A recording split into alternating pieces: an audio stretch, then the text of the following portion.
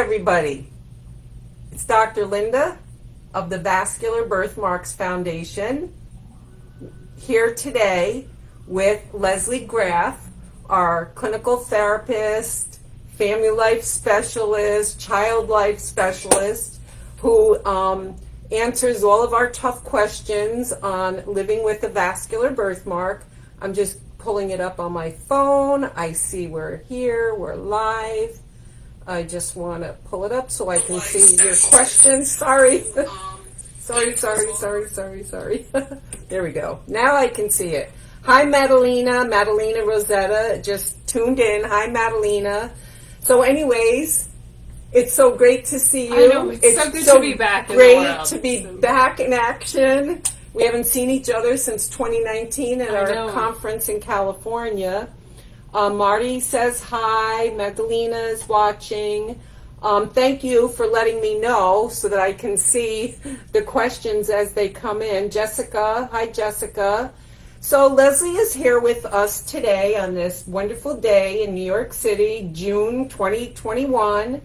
And we are going to be taking your questions, anything that has to do with the psychosocial effects of living with a vascular birthmark or having a baby recently born with one, how you're going to deal with school when they go to school. And I know you're going to be the guest with Corinne in August and our PAN program. Corinne Barnaga is the director of the PAN Parent Advocacy Network program, and you'll be featured for the discussion on getting our birthmark babes ready for school. Exactly, because there's always questions around that, always concerns parents have. It's a new year, it's a new set of kids, it's new challenges every year as they sort of go through different developmental stages, different issues arise, and different things come up that you have to think, how am I going to handle this? What's the best way to do this? And Zach is on from Sao Paulo, Brazil, Dr. Khalil. Hello, Dr. Khalil. You got to come to one of our conferences. Cheryl's on, Debbie, Patricia. Hi, everybody. We are ready because we only have 60 minutes. So we are ready to start taking your questions.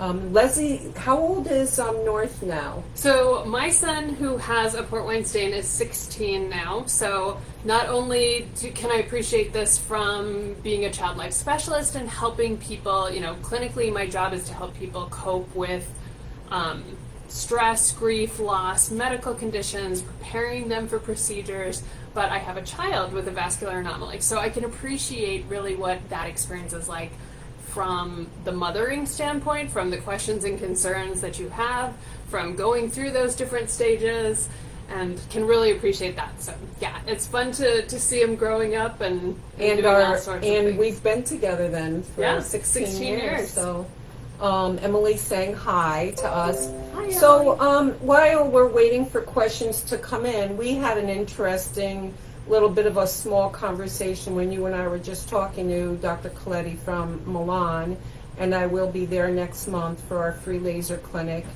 about what you were, explain a little about what you were saying, that how important it is for a laser doctor to explain to the parent and the child what to expect during that treatment. Exactly. I think one thing that I advocate for, no matter what condition your child has, whether, whatever type of vascular anomaly they have, before any procedures, it's really important that someone speaks to the child about what to expect from that procedure. And not just to the parents, not just, we're going to go and do this in big words that adults know, but going through the procedure step by step in a way that the child can understand. Even if that's even if they're going to be under anesthesia, this is the part where you'll go to sleep. You won't feel anything while you're asleep. It's a different kind of sleep than when you sleep at night. During this kind of sleep, you don't feel pain or you don't feel these things. You'll know it's done when you see your parents again. We talk about these different points that are really critical for children to understand, because one experience builds on another experience. And so we want to sort of reduce the fears associated or the trauma associated with treatment. So it's important that we're honest. We don't try to trick people into things, right? Because then they don't want to do it, because you said so many times people say, well, this doesn't hurt, when it does hurt. It might not be a significant amount of pain or a pain that lasts, but we never want to say things that aren't true. So we want to be really careful that we're always using appropriate language too, that's appropriate for the developmental age of the child and in a way that they can understand. Because then they feel comfortable coming back for treatments. They don't feel like, I don't want to go there because last time I went there, who knows what happened. And I think you and I all know that if we went to the hospital and no one told us what was going on and when we would leave and what was going to happen to us, it wouldn't go very well. And so many times kids are there and there's a lot of anxiety and a lot of fear for them in those moments. So being sure that it's really, it's explained well to them, and if at all possible, they can see pictures ahead of time of the spaces they'll be in or what to expect, so that it's easier for them. Thank you. That's great. And Corinne says hi from Seattle. Hi, Corinne. And more on. So Mari Arbaka said she gets acute vein pain on her vascular birthmark malformation. What can you recommend? Email me. I saw that Emily posted my email, vbfpresident@gmail.com. And I will get you in touch with one of our experts that can help you to understand why you're having that pain. I'm sorry that you're having it. We get that a lot. Yeah. There's a lot of pain associated. And even beyond that, I'd say, a lot of times there may be pain associated that can't always be completely resolved. And so sometimes that requires, finding alternative therapies and things that can help us. At times it's using things to distract us or other things that can be relaxing and calming to our bodies, right? Trying to provide other sensation, because if not, your body's sort of only focusing on the pain sensation, but everything, whatever we can do to sort of disrupt that is something that we recommend a lot in clinical settings, because pain is sometimes not something we can totally erase. So we have to find ways to sort of make it more manageable. And a lot of times that's using sort of non-pharmacological means, everything from relaxation to different sensory experiences, things like that, distraction, social support, to help get through those things as well. So it's trying to come up with a good plan for yourself, because living with chronic pain can be a really challenging experience. And you're right. Some of our adult patients talk about chronic pain from FAVA and Klippel-Trenaunay syndrome, and it's that venous or lymphatic malformations. And I think that's something that we need to look into a little bit more as some alternatives and some coping mechanisms for individuals with vascular anomalies and acute pain. So we should have a brainstorming session and talk about that. Maybe even get pain management experts involved with VBF about this. So I'm seeing a lot of you are on, and we're ready to take your questions. Leslie's happy to answer your question about anything that you may have. Oh, here's Sarah. Hi, Sarah from the UK. Her 3-year-old son has a port wine stain from his right hand up his arm, over his shoulder and down his back. We are waiting laser treatment, which they have said will be done under GA. They have said they will be done in 5 sessions. Do you think this is possible? I've read some people have 30 plus. Okay, well, no one, no doctor, not even our world experts can predict how many treatments it's going to take to get to clearance. Everybody differs on that. Some people can get clearance in 3, some take 40. No 2 birthmarks are alike. I also 5 sessions under general anesthesia. That's a little concerning. So, if you want to email me, I know you're in the UK, and I know a couple places that are doing laser in the UK with anesthesia and some without, and also Dr. Coletti in Milan. And we have the free laser clinic coming up on July 16th in Milan, Sarah, if you want to come and get his medical opinion in person.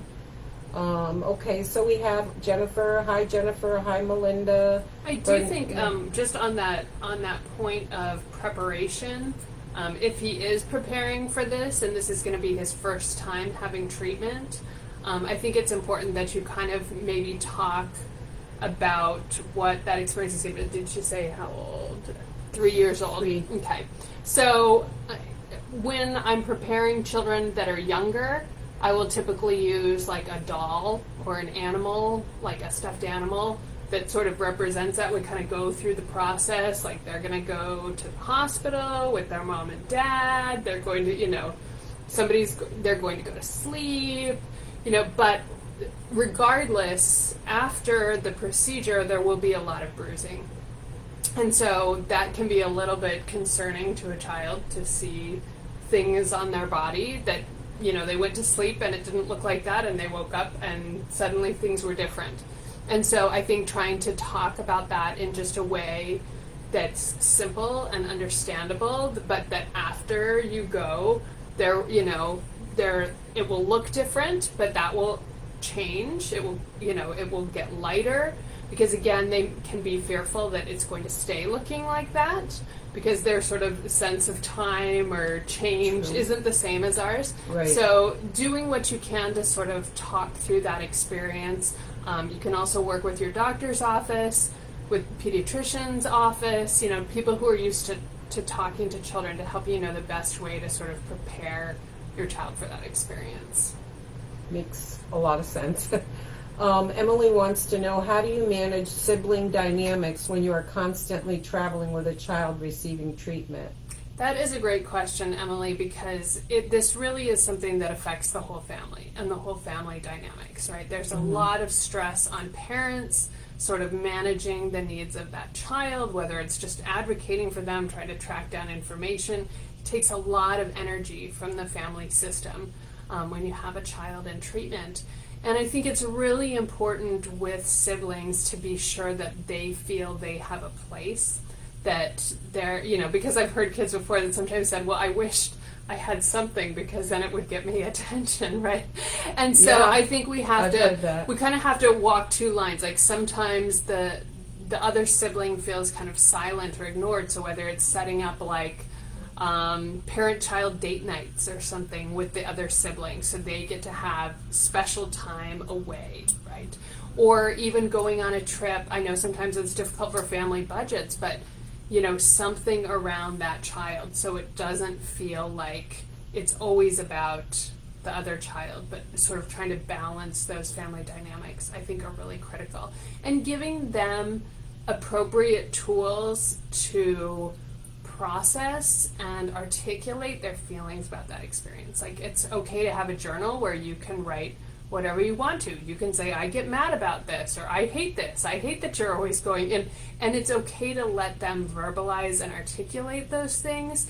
Ignoring them is far worse than just saying, hey, I would too. I would get jealous of that, or I would feel a little bit resentful because you were always gone, or someone else had to pick me up, or you weren't at my soccer games, or whatever it was that was meaningful to that child. So I think it's important to really validate those experiences and also help them know that sometimes we do things for the good of the family and sometimes we do things for the good of each other.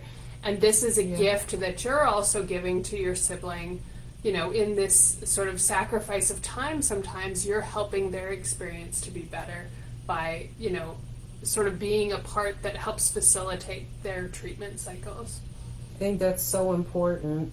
Cheryl writes, her son has a port wine stain and he's 15 months old. We're still on the waiting list for laser. They said due to COVID this may take up to 2 years. Well, wherever you are, Cheryl, you can email me at birthmark.org and I'll find a place for you to get in with your son a lot sooner than 2 years.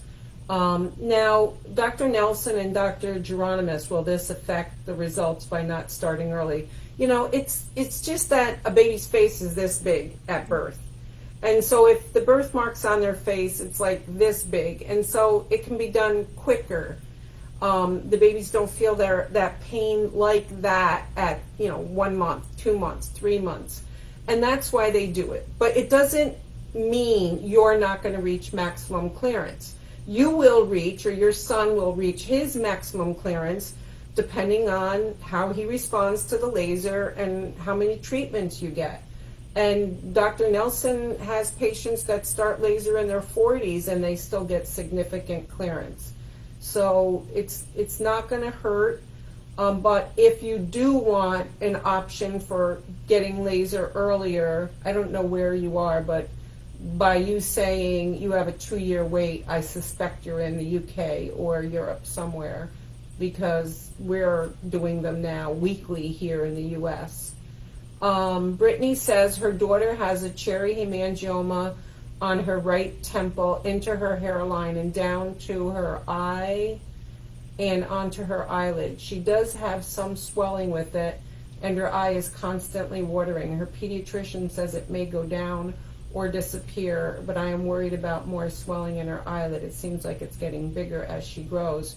She's now 19 weeks. Okay. Well, you need to email VBF,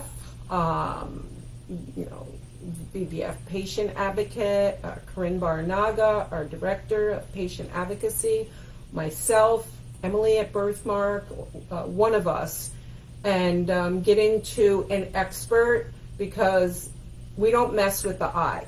Right. That's one of the things that we are very sort of aware of, because any sort of impact that's sort of blocking vision or things like that, which even sometimes just swelling, drooping, can cause that, and it can have more long-term impact. So whenever there's eye involvement, it's really critical to have specialists and really experts evaluating that, because it can change rapidly. At this age, we know that it's changing and growing and evolving, and it can affect, what it wasn't affecting before, it might now be affecting. So that really, I think, requires some really careful evaluation to make decisions about the best treatment. And I also think, because she says, I'm worried about more swelling in her eyelid, I always say, whatever you believe in, God or the universe, gives us this voice inside. The intuition that says something's not right. And I tell every one of my parents, go with that. Go with that, because you're usually right. So, and more opinions can help, right? Sometimes we just need some more things, which either one helps us resolve and feel peaceful about it, like multiple people have said they feel good about this path we're on, or nope, I'm getting some different opinions and I need to reevaluate kind of the approach we're taking to managing it. And Brittany, Emily or someone can post below Dr. Fay's email, Dr. Aaron Fay. I think it's aaron.fay@gmail.com. I'm not sure. But he's the leading eye orbit expert in the world for vascular anomalies. And you can email him and he'll definitely respond back. Hi, Drew. Hi, Lisa. Hi, Sarah. A lot of people. Eris Prendy wants to know, usually how many lasers set to remove a port wine? That seems to be the topic of the day. Again, no one knows. Every port very wine, different. They're snowflakes. Right. Port wine stains are snowflakes. They vary in density, confluence, and how they respond to the laser, and the settings that different doctors use vary. So I wouldn't go in wondering how many, because it's all over. Just see how your child responds to the first treatment, and then kind of judge. Take pictures before, during, and after each treatment, and keep a log so that you know what % lighter it is with each treatment. And I always tell people, try to take pictures in the same position, in the same place, in the same light. We say the same because thing. you want that to be as referential as possible with the same camera, right? Because so many times people put this one and this one, and you're like, they're totally different. We can't compare the apples and oranges.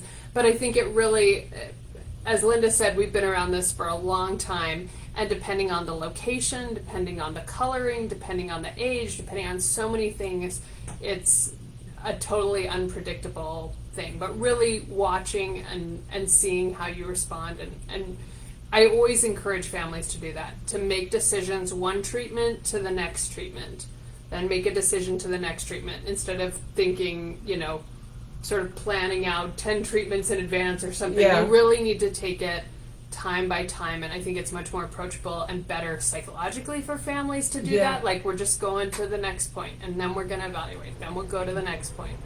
So keeping it more simple that way. Absolutely. Jennifer has a great question and statement. She's responding to what you just were saying about the siblings, the question that Emily asked.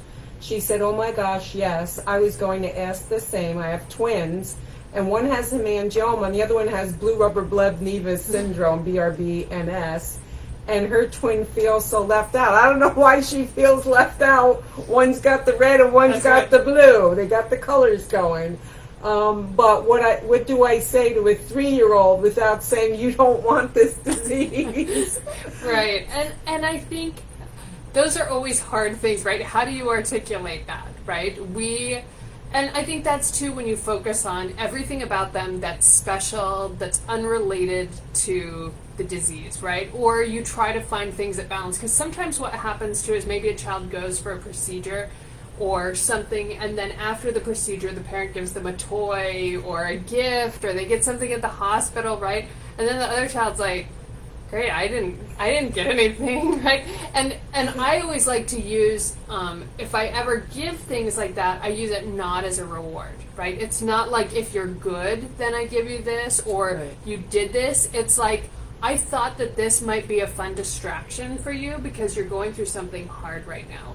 And so they see it as a coping, not as you were brave or you didn't cry, or because we don't want to sort of deny emotional responses to things. But I think sometimes it's even saying, okay, how do we balance this? But I really try hard to encourage a lot of dialogue for young children, and as they're growing up, around all the things that they are, all the things that they do, all of their skills, all of their thoughtfulness, so their identity doesn't become too tied to just the birthmark. That's something we all see. It's quick and easy, but what are all those parts and pieces of them that you want other people to focus on? That's why we have the More Than a campaign, because we want everybody to know they're more than their birthmark.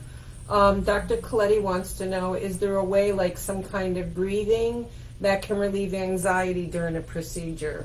Yes, so there's a lot of things that I like to do during procedures. Like one, if, so whatever this is, from maybe your child having blood work done to depending on where their laser treatment might be done, if they're not having general anesthesia, I like to use positions of comfort. So when my child was an infant, I would hold him during his procedure, and there's certain positions where you can sort of like there's one where their chest is against your chest and their head is like this, so they can't sort of like move around, and their arms are under your arms and their legs are tucked, and so it's a very safe and comfortable position for them. They feel like they're being hugged, but it's also very effective for the person treating, because one of the big dilemmas whenever you're doing something on a child is, I need them to hold still, right? That's what the doctor and nurse and the other office staff are saying is like, wait, I need you to be still, and I can't have them squirming all around. So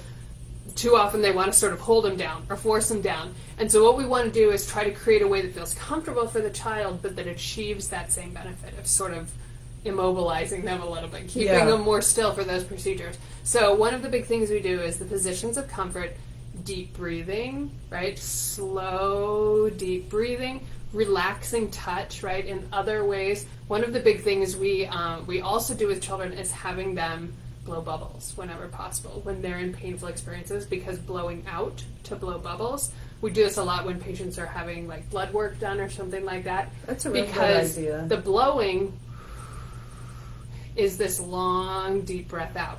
And so as they're blowing these bubbles, they're focusing on the bubbles and watching the bubbles, and it automatically, even if it's just before and up to the procedure, that's getting them in this slower, deeper mode. So things like that can be really helpful. Or even also setting the environment, whether it's the music, the setting, if it's just this harsh clinical office setting, it's not super relaxing. You put on a little spa music, or it's, and it can just help that mood of patients to relax and to calm down, because we all know patients do much better in whatever the treatment it is when they feel more relaxed, when they're not tense and anxious. So great question. Agreed. So Cindy says, hi, I'm 45 years old and in the middle of laser treatment for facial port wine. How many treatments should I expect to need in total? I just had number 5. Again, I have no way of knowing. But the woman also that said she was from the UK and has to wait 3 years for treatment. I mentioned this. You can go to birthmark.org/Milan, Milan, Italy, just Milan, because we're having a free laser day on July 16th is a free laser day, and I think it's the 16th or 17th, but you'll see. It's on our website that we have that free laser day. So come, and also diagnostic and free laser. Sclerotherapy is a good choice for a treatment. Mari mentioned about having probably a malformation and being in chronic pain. So yeah, that's an appropriate treatment. Yeah, it is. For that. It is appropriate. How far apart should sessions be for an infant? That varies. So Dr. Geronimus likes to do them every 3 weeks. Some doctors do it every 4, some do it every 8, some do it every 3 months. Everybody has a different philosophy. Everybody has a different answer. So, kind of in that range, though, is, every you'll be in good months. company if you're in that range of probably 3 to 8. Yeah, 3 to 8 weeks. Is probably the most common that I've seen somewhere in that range. Somebody's saying, oh no, one kid has hemangiomas and one has blue rubber blood Nevis syndrome. So Jennifer is responding to the mom of the twins. Oh, just one. By the way, my twin had a hemangioma on the top of her head, and my daughter had one, which is how VBF started. But I thought, I said, oh, did anybody have a hemangioma? And she's like, no, but your sister had a strawberry. I was like, that's what they called it, Mom. Hemangioma. That's a hemangioma. Emily's got another good one. She said, school is starting soon. Should you prepare teachers, staff, and other students before sending in a child with a birthmark? If so, how? I always like to do this because, one, I just like to give people a heads up. It doesn't have to be a big thing. I know on my sons, when they do little intake forms, I'm always like, North has a small, pink spot on his forehead. It's a port wine stain because I can't tell you how many times growing up he would be somewhere and somebody would say, oh no, I think he must have gotten hit in the head because it looks a little pink there. And I'm like, no, that's always there. So it's just to alleviate anxiety or concern. And I generally say, there's nothing you need to know about it or do about it. It's just an FYI. So that's kind of how I've approached it. But his is, there's not a very large area that's affected by it, and it's not very visible at this point, so it's not especially disruptive in his case. Now, depending on the child, the age, where they are in a treatment, what exactly they have, I do think it's often helpful, especially at certain ages, or if it's something that is more sort of noticeable, right? If it's more visibly apparent, then it's really important to just explain to people this is what it is. And so usually I like to give, teachers a little more information because it's also helpful for them to maybe have a little bit of background if they're going through treatment or if they've been through treatment, because sometimes things come up about that. And so I think always giving teachers a little bit of a heads up on those things as a former teacher is always helpful. I think you can often explain things to the class. I often tell people they can create like a little storybook, like, this is my experience going to the hospital, or this is, I have a birthmark. Just explaining to other children, it doesn't hurt if you touch it. It's just, so they can kind of get a little bit of understanding about it. They're not fearful about it. They understand, say, if the child's going for treatment and they come back and now they have spots on their face, things like that just help kids to know about things ahead of time. So they're not staring. They can ask questions appropriately that sort of eliminates anxiety or maybe sometimes rude comments that may come out just because they don't know what it is. So I think it's really helpful to have those conversations ahead of time. It doesn't have to be super far in advance, and I don't even think you have to necessarily prepare the class before they see the child, but maybe it's within that first week of school. We just say, hey, we have so-and-so in our class.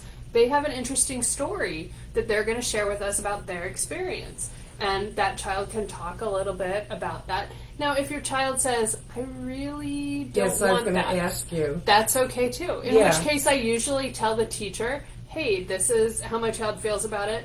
It's not really a big deal for them. If something happens in the classroom that's concerning, or you see something going down, let's address it more directly at that point. But for right now, they'd prefer it's a little more low-key. And so I try to really respect where children are with that, because some of them are okay talking about it or like to sort of prepare the situation, and others are like, I'd rather not draw any more attention to this than I need to. That's my question to you was going to be, you know, these are obviously kids going to school, even if it's pre-K. Mm-hmm. They understand, and so you would ask as a parent, how do you want to do this? How do you want to do this? I will always tell the teachers, I don't feel like you need your child's approval to do that, but I do ask them before anything goes down with peers in the class, because I think that affects dynamics for them in different ways.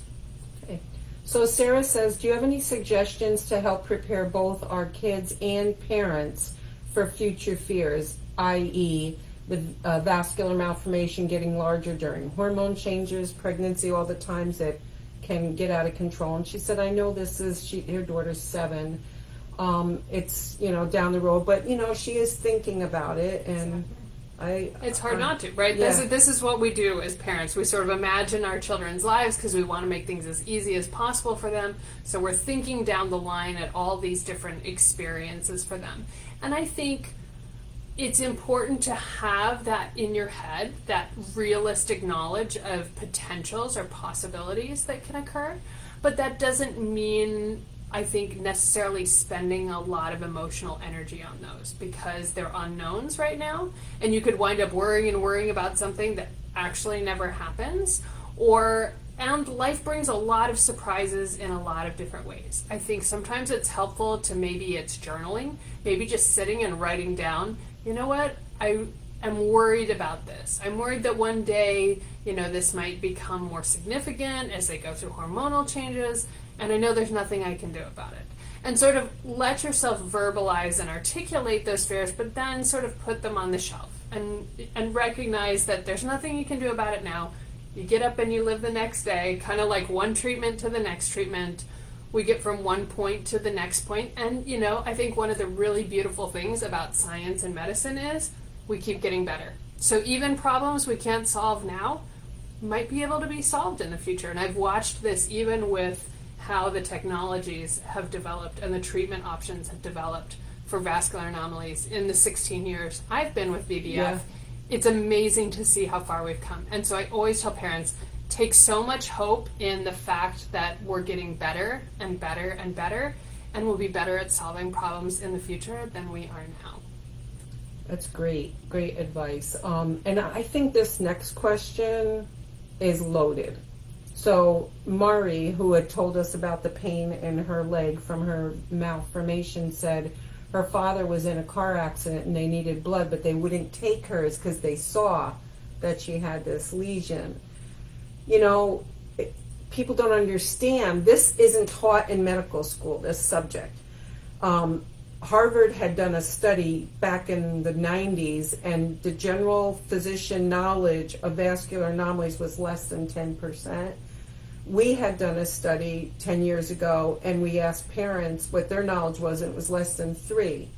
That means there's like a 90% gap in this. And isn't this a beautiful example of here she is in a hospital, they don't want to take her blood because she's got something they don't understand. Yeah. And right? A lot of times that's what they'll do. They err on the side of safety. They err, you know, because they're like, I don't know what the potential implications or complications, and sometimes that's hard for us to process, right? We're treated different, or this was, I think, a case that would have been really meaningful for you to be able to make that donation, so it was probably difficult to have that rejection, to have them say, no, we won't take that because that's something you wanted to be able to do in that situation. And so sometimes those are hard too, is that we feel like not only do we have to live with this, but there's these other unintended consequences that sometimes go with them that can be hard on us emotionally as well. Yeah.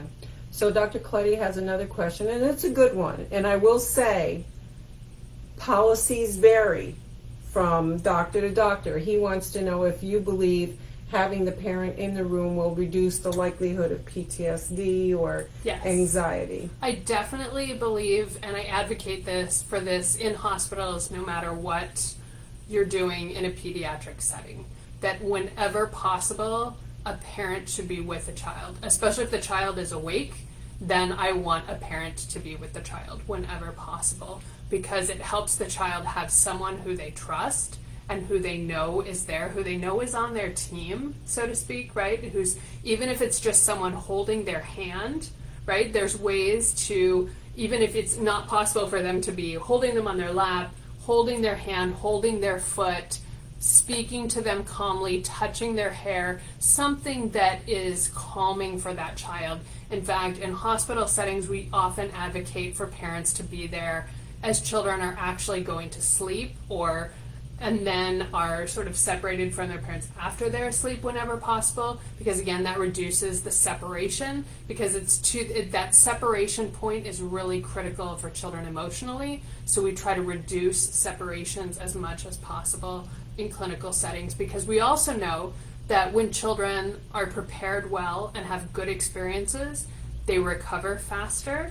their heart rate and blood pressure goes back to normal faster after stressful events, they're discharged from hospitals sooner when they're appropriately prepared and supported in those experiences. So it makes sense from every standpoint, whether it's financially, whether it's from a physical healing standpoint, whether it's emotionally, to really have parents participating. And I know sometimes doctors get afraid of this because some parents can kind of be hysterical or difficult to work with.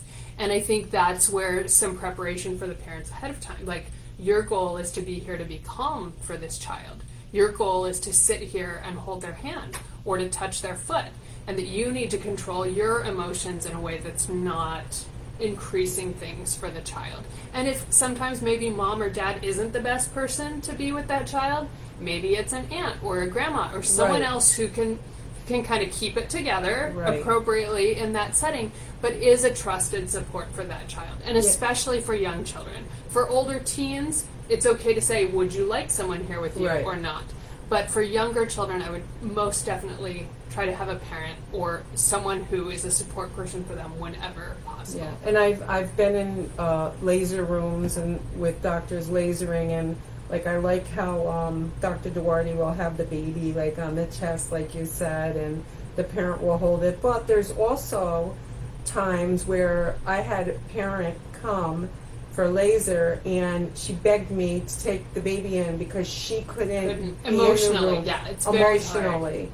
And the baby was fine. Yeah, it was the mother. It was the mother that don't have a lot of stranger wariness or something like that. Just having a supportive body, right? That's close to them. So I guess I'm just saying, some. For everyone's dynamics, you sometimes have to make alterations. Right? The biggest goal is someone is there to support that child, whether that's a parent or someone else. Claudia has an off-topic question, but it is interesting. Her son has been diagnosed with PROS, which is the PIK3CA related overgrowth syndrome spectrum, they call it. Claudia, every day there's new papers by vascular anomalies experts coming out on PROS. And because we just used to call them lymphatic malformations, and they had overgrowth, or Klippel-Trenaunay syndrome when there was overgrowth, or Maffucci syndrome, or Proteus syndrome. But now they have a big generic name called PROS, and it's anything with the PIK3CA mutation. There's reports that talk about cancer risk. Other reports say it's no different than the general. Others are saying, oh, we're seeing more. But it's only because the PIK3CA mutation has only recently been discovered as present in most vascular anomalies. So I think we're just going to keep hearing a lot of new stuff. I wouldn't worry because it's been such a short time that we've known about PROS. It's hard to have good data. How can anybody predict what down the road is going to happen? I mean, it's less than like 7 or 8 years that we've had this. And I think even with a question like that, it kind of goes back to that question about how much do you worry about something changing in the future.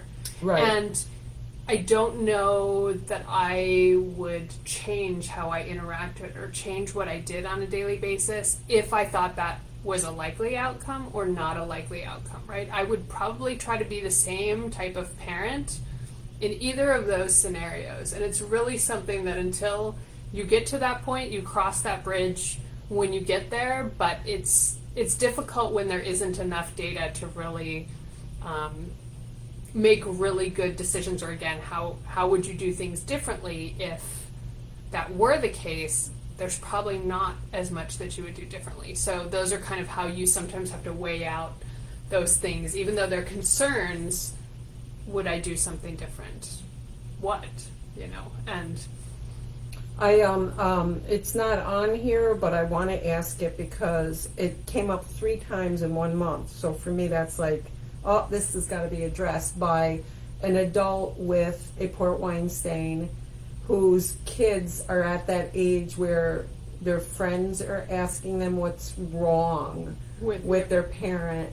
And all 3 were, and I told them about the PAN project in August coming up for school, because maybe that's a time where you and Corinne can discuss that. But I think that's something that we should address. Like, what would you tell that parent to say?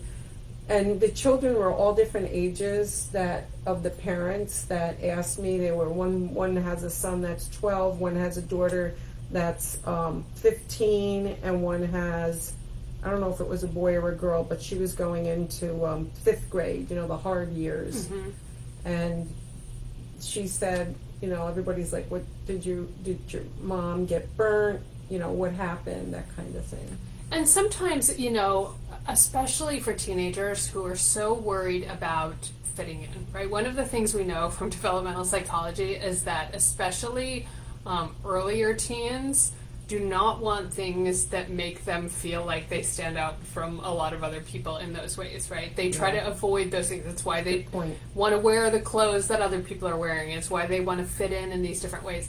Sometimes what I actually recommend is for the parent to just say something to the friends, right? So if they meet them, they might be like, you might wonder what's on my face. It's just a birthmark that I have. So it just it saves their child from having an awkward conversation. And it's just sort of like, hey, you might notice this. Don't worry, it's not painful, and you just sort of casually blow it up, but you sort of introduce yourself as that's what that is. So then it doesn't put your child in the situation of having to manage it.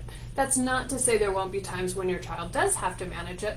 And I think, but I know that can be uncomfortable for teenagers to know what to say. But I think it's just sitting them down and saying, hey, I bet some of your friends are curious about this because they haven't had any experience with a vascular birthmark. That's good. So this is, if somebody asks you, here's a really easy way you could explain it. You could say something like this. So again, you're giving them the language, you're doing the work for them. Here's the little package, here's the language that you can use. So you're doing as much of the work for them as you can, not leaving it on them to know, how do you feel? And you can say, I'm totally okay talking about it. If any of your friends ever have a question, tell them to ask me, I'm happy to answer their questions, and tell them not to feel weird about it, or, it's okay. But I think if you can do that as a parent, if you're somebody who has the vascular birthmark, that's one thing you can do to make it a little easier for your child, is if they have friends, and over 8-10 years old, you can have that kind of a conversation when they are sitting at your kitchen table and just be like, oh, you've probably noticed I have a birthmark, right?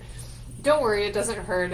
I've had it since I was born. And I just wish that every school, public or private, just like they believe reading, writing, and arithmetic are mandatory, that they would teach love and respect and inclusivity, because this just continues almost every day. We see posts on the upwards of 70 groups on Facebook that there are, of someone being mocked, or someone just having a cruel comment, a parent being devastated because they heard somebody said something about their child. I just don't understand, like, if we feel they need to know math and reading and writing, why isn't it as important to teach self-love and inclusivity, like and respect, perspective taking, respect, right? yeah. And I try to help people see that, like, how would you feel if you were that person? How would you feel if you were the person who was born with the vascular birthmark? You didn't choose the way that your body looks, but you now have to deal with people saying things to you, people looking at you, staring at you, maybe avoiding you because they don't know how to manage that. And I think it's really important that we talk through that perspective taking, and that we but I think whenever we can explain things up front or as directly as possible, that helps to diffuse a lot of that. Just a wish, Yeah. Just be so great. Another question that comes up a lot is, we set up a page called Port Wine Stains to Treat or Not Treat. We're getting ready to roll a study out, which I'd like to include you in. And that's why I asked you for the feelings chart. Oh, yes. And we're going to send it out to our port wine stain adults and then parents of children with port wines to actually assess how they feel. And the reason I want to do it is, I'm seeing things, but I want to be able to quantify it. Mm-hmm. So I'm seeing a good 30 to 40% of parents, adults, say they've never treated and they don't want to and they don't care to treat. And then the other percent is they want to go on right away. And I think we have to be respectful of all those opinions, because Yes. it is a choice. It doesn't even matter if it's, they have a large bleb that's bleeding. Yes, it's a medical condition, but it's still their choice. It's their choice. And I think that that's really something that in the port wine stain community, there is that decision to treat, and some people treat and don't achieve the clearance that they would like, and at a certain point they say, okay, it's not worth the emotional investment or these different things for the outcome that I'm getting, so I'm okay with where I'm at. So sometimes it's like, I would say for a lot of people it's a partial clearance, right? And that's kind of where they choose to stop and be happy at. Other people choose not to treat and are happy with that, and other people, treatment is a very important priority for them. But I also try to help families see that sometimes I see people get so fixated on this, I have to achieve clearance, which may or may not be fully possible, right? The degree of clearance to which you can achieve. But they get so focused and so fixated on that they kind of lose perspective on all the other elements. It's like the whole family life is being disrupted every few weeks, and no matter what happens, that is holding to things. And I always try to encourage people to take a little more holistic approach to really weigh that out every time, to say, is this the right time for this now? Is this am I on the right path? Because it's easy to get caught in this cycle that's not even conscious. It's just like, I have to do this, I have to do this. Right. Like, this is the best thing for my child, I have to do this. And you might be kind of creating other problems in the space of, I don't know, did those two treatments achieve more, or have you created more of an issue? That's really because important. of the crazy that's sort of surrounding the anxiety and the treatment and the travel and everything. So while I want people to have the treatments and that they desire and work towards the goals that they have set, I think it's important to constantly balance that out with, what are the demands on myself, on the family system? Is it the right time? Do I need a break? Those are all okay choices to make. Yeah, I just had a mom last week. She was just really upset over her daughter not getting treatment all during COVID, and worried about her daughter's leg getting darker and darker. And I could hear in her voice on the phone extreme anxiety and fear. And then she's like, and I'm 9 months pregnant. And I said, well, your hormones. I said, put the birthmark on the shelf. You got a baby coming any day. She's fine. Your daughter's fine. You can get to it when you get to it. You got be in the moment that you're in other things. Enjoy this little boy that she said she's having. And I again gave her that put the birthmark in a box, put it on the shelf. It'll be there, Yeah. you know, when you have time to address it. And she was like, just relieved, you know, just relieved. Amanda has a very good whole scope of what a lot of families and parents go through. She said her daughter has a large hemangioma on her face. She's 3 months old. When we go to the park, children or parents ask what's wrong with my baby's face. It's overwhelmingly emotional for me. I never know what to say, and I immediately start picturing her future and being approached about it herself. This stems into feeling uncomfortable, posting pictures on social media, etc. Not because I'm ashamed of her, because I just don't know what to say. Do I include a disclaimer? Wait for someone to ask? How can I prepare her? And how early should I start? You started touching base on this while I was typing, she said. Well, I think one of the things, too, is hemangiomas have a little bit of a different cycle than, say, something like a port wine stain, right? The hemangiomas kind of go through a different course, you know, they are various courses that they can be on, or affect the skin in different ways, you know, or affect different. I think one of the things that we do know from those is that we tend to see some more resolution, or there's different ways that those can resolve, so that it's not likely going to be an ongoing forever experience as it looks now, right? That will likely change. And you're in this very early proliferative stage, which is very different than what we're looking at years down the line. And I think sometimes, and first of all, as a new mother, no one thinks when they're pregnant, I'm going to have a child with a hemangioma. No one is prepared for this. We have these babies, and then suddenly it's like, oh, wait. And it disrupts this whole sort of bonding experience, because we have this anxiety, we have to gain all this knowledge, we have to find treatment, and you know, everyone's always posting these pictures of their babies, and you think, wait, are people going to think my baby doesn't look cute, or that?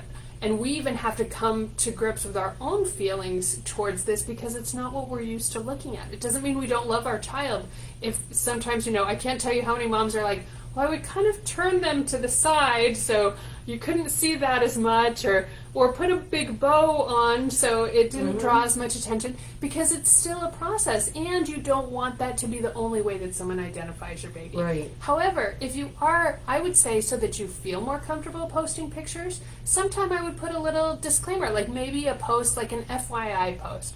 Like, you may have noticed, like whatever your child's name is, doesn't look like this part of her face looks a little bit different. She has a hemangioma. And you can even talk about something like VBF, and I've found a great network, and I'm pursuing treatment options. And it's kind of been a journey and a process for us. So one, you're also inviting people to approach us with a little more compassion or a little more support, kind of saying like, yeah, this has been not quite what we expected, and we're learning along the way. And we're trying to, you know, like every parent, we're trying to achieve the best outcome for our child. But, it is emotional. And when people say these things like, what's wrong? Okay, could we use softer and gentler language, right? And I think people just don't even think about the word wrong being so bad or so pathological. And even within the birthmark community, I can't tell you how many times I'll be in a session with lots of parents, and one parent will say, well, my child's isn't that bad. And I'm like, oh no, what did you just say, right? The parent who's sitting next to you, whose child is, you know, a larger area is affected by their vascular anomaly, is thinking, great, my child's like as bad as it gets, right? Like you should. So we have to be careful of the way that language communicates things. And so I think it's just, but when you make a post, when you make something that's public about that, you invite support, not just you are educating people, and you're inviting support. And most often I found people respond in wonderful ways, or they'll say, you know what, my cousin's daughter had one of those, or my brother had one.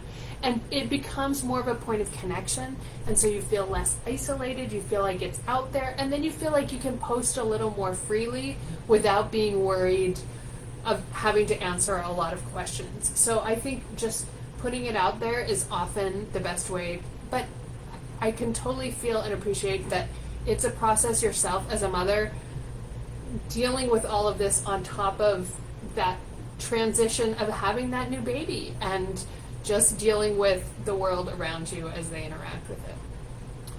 We have 6 minutes left. I'm going to address Dr. Coletti's question where he wants to know if they should do presentations at schools. There are so many birth defects like cleft palates, microtia, autism.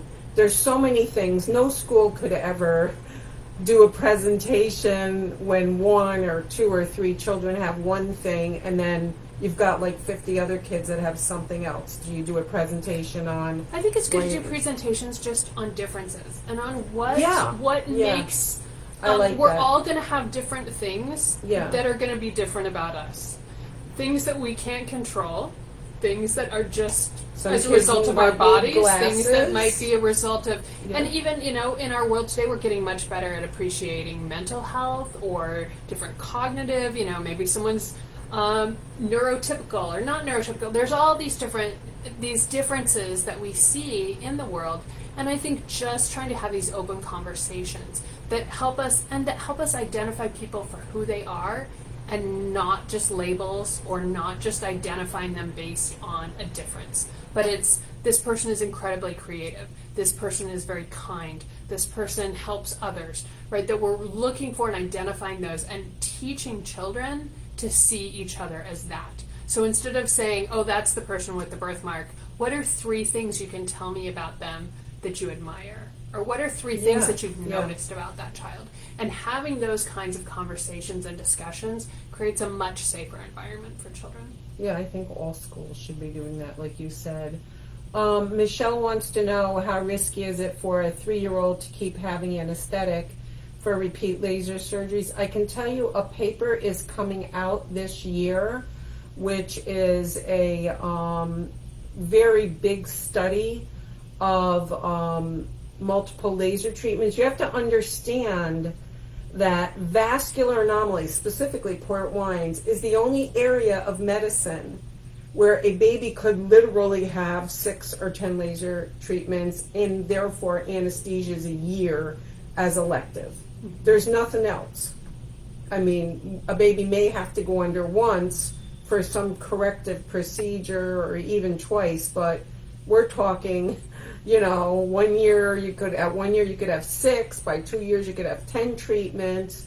So this large study will be coming out soon, and I think it's going to inform parents and physicians about the use of general anesthesia. I know a lot of our laser experts from around the world are not using general. They're using other And those things. are some of the things that we look at. We look at the age of the child, the type of anesthesia, like the duration of the anesthesia. Is this how deep and how long are they under anesthesia? Because there's some different risks associated with those things. So again, it's going to vary depending on the situation and how long the procedure is that's being done, because that changes sort of the time factor. Yeah, agreed.